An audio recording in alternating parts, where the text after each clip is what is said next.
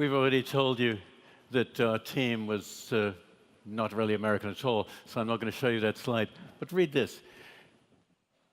Half the land in American cities is about cars, not about people. Can you imagine?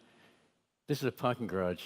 Wouldn't it be great if it wasn't there? I mean, and not for those of you driving Audis, but here we have half our land, not for people, when now people are moving back into cities in America, particularly on the coasts where all the innovation is happening. And we need the land. We can't use it for that. It's not just the garages that's taking up all this space. It's the roads. Americans have enormously wide lanes on roads. They're this wide, you'd think it was because every American was a drunk driver and was weaving all along the road. This is actually not the case. We simply have more space than we need for roads. We wonder, 50 years ago, 60 years ago, we thought about the future, and we thought we knew what it was going to be like, and it looked like this. But in fact, we always get it wrong. And so how do we actually plan for a future in mobility, that will solve this problem of cities, of the congestion of cities, make them better places, not worse? And that's the problem we've really been trying to think about. But the problem with thinking about the future is we don't know. So what we came up with was the idea that what we need is what we call 4M, a multimedia mobility marketplace. It's hard to say all that.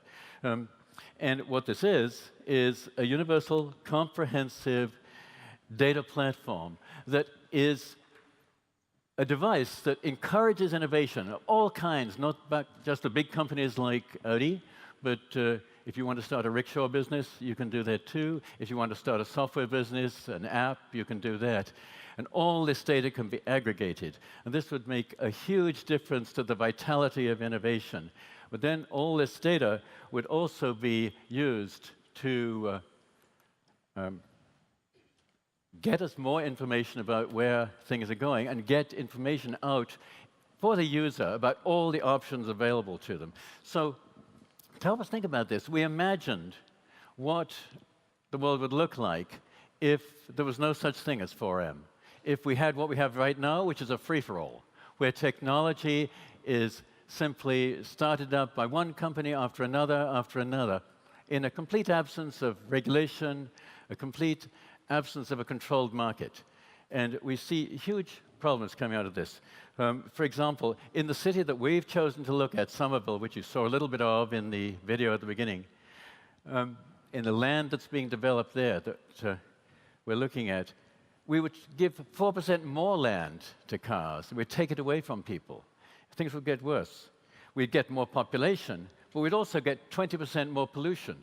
And this is leading up to 2040. And also, we would see 43.6% more traffic. Now, of course, for Audi, this could be fantastic, right? 43% more cars in Somerville, but it's not going to be sustainable. And so what we looked at was, well, what if you had this comprehensive data management system that we're talking about? And there, we see a very different picture. We free up 11% more land for different uses in the city, and we'll talk about what those could be. Yes, we have a growing population, but it's less congested. We have 15% lower emissions, pollution, and our traffic is reduced by nearly 14%. So we have, these are extremes at either ends of the scale. So what we need to achieve this is what we call a virtuous cycle. I learned something very important in Ingolstadt, that actually there's no such word as a virtuous cycle in Germany, so I have to explain it to you. Apparently, you have a Teufelskreis, which is a vicious cycle where things get worse and worse and worse. But so we have invented, and this is my only contribution to the German language, the Engelskreis. And we're going to tell you how it works. So imagine if we have 4M really working, we have accelerated innovation. We already have a great pace of innovation, but innovation within a controlled and managed space will be beneficial innovation. And this leads to more multimodal options. It means more people able to take the train, more people able to use bikes, more people able to walk to work even, and more people using car sharing, things like this. And this reduces the vehicle miles traveled and reduces the vehicle count on the road, which in turn frees up a lot of land because we're not using all this land for parking. We're not using the roads as much. We don't need such wide roads for drunken drivers. It makes much more land available for other things, more affordable development opportunities, increased diversified population, the kind of thing that really leads to a stronger and more vibrant community, and that in turn to a stronger and more diverse economy, a more active economy, and that in turn accelerates innovation. So you get this thing going around in a circle. Well, what are the innovation trends that drive this? There's one is vehicle innovation, and this is what Audi really specializes in at the moment. Piloted cars. The next Audi really focuses on is piloted parking, a different application of technology, a very, very important one. And the third is, we've already heard this mentioned, vehicle car-to-X or V2X as it's sometimes called, where cars have conversations with traffic lights and with each other, and there's a whole car society out there.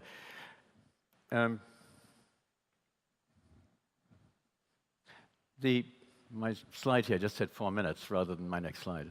Puzzling. Piloted cars, we tend to think, many people think that these will actually have this amazing effect of reducing the number of cars on the road by up to 70%. There are a number of studies by big consulting firms and by universities. And wonder, why would that be? Couldn't it just increase them? It might be heaven or it might be hell, the piloted car. We could have many more cars on the road. I could send my daughter off to her violin lesson in my piloted car. It could tool around the city for an hour while she couldn't find a parking place, and it would just stick on the road, an empty vehicle. So we need to manage this space. Innovation trends, the car sharing, the ride sharing, and the aggregators. These are wonderful systems that help you plan your trip by walking, by bike, by bus, and put it all together. You can go on Google and do this. Lots of wonderful things happening in that space. Terrific projects, I think. But they're not always good. I mean, just going back to that one for a minute. Uber, which has become very famous in American cities and indeed all over the world now, is in huge trouble now with a lot of industries because of their unregulated nature and because of what they're doing to cab companies. And you see this kind of thing. But to go back to the third possibility then, without pricing and regulation, these wonderful innovations could indeed be hell rather than heaven. And so we can have some very good things happening, like congestion pricing in London, which is now happening in a number of European cities. There'll be other methods for controlling things more centrally, like road use pricing and so forth. There are insurance issues. All these things need to be dealt with. So what we've done is we've taken this part of the city, this city of ours. I live there myself. I've watched this for 15 years, which is going through the fastest development in Boston. It's an amazingly vibrant place. It's attracting all kinds of industries. And this place you see here, this was a Ford assembly plant at one point. Just a lesson there somehow. And there are other areas besides this. You can see it's right next to Boston. There's the whole Boston skyline in the background. It's become this vibrant community. We have this low-density industrial area right next to it. Terrific transportation infrastructure, but hugely underused land. And again, the city of Boston right behind it. And thirdly, we have Union Square, the old commercial central place of the city, with amazingly vibrant community, dozens of restaurants. Even a new German restaurant opened a few months ago with lots of Wurst. It's quite good. And festivals there all the time, an amazingly multicultural community, lots of maker spaces, huge new ways of working. And so what we see happening in these three areas with the planned development, if 4M is applied over the next 25 years, we will see 10,000 new jobs. And this is very precise planning based on square meters and calculations. We will also see 7% more people, nearly 6,000 more people able to live there in a more diverse community.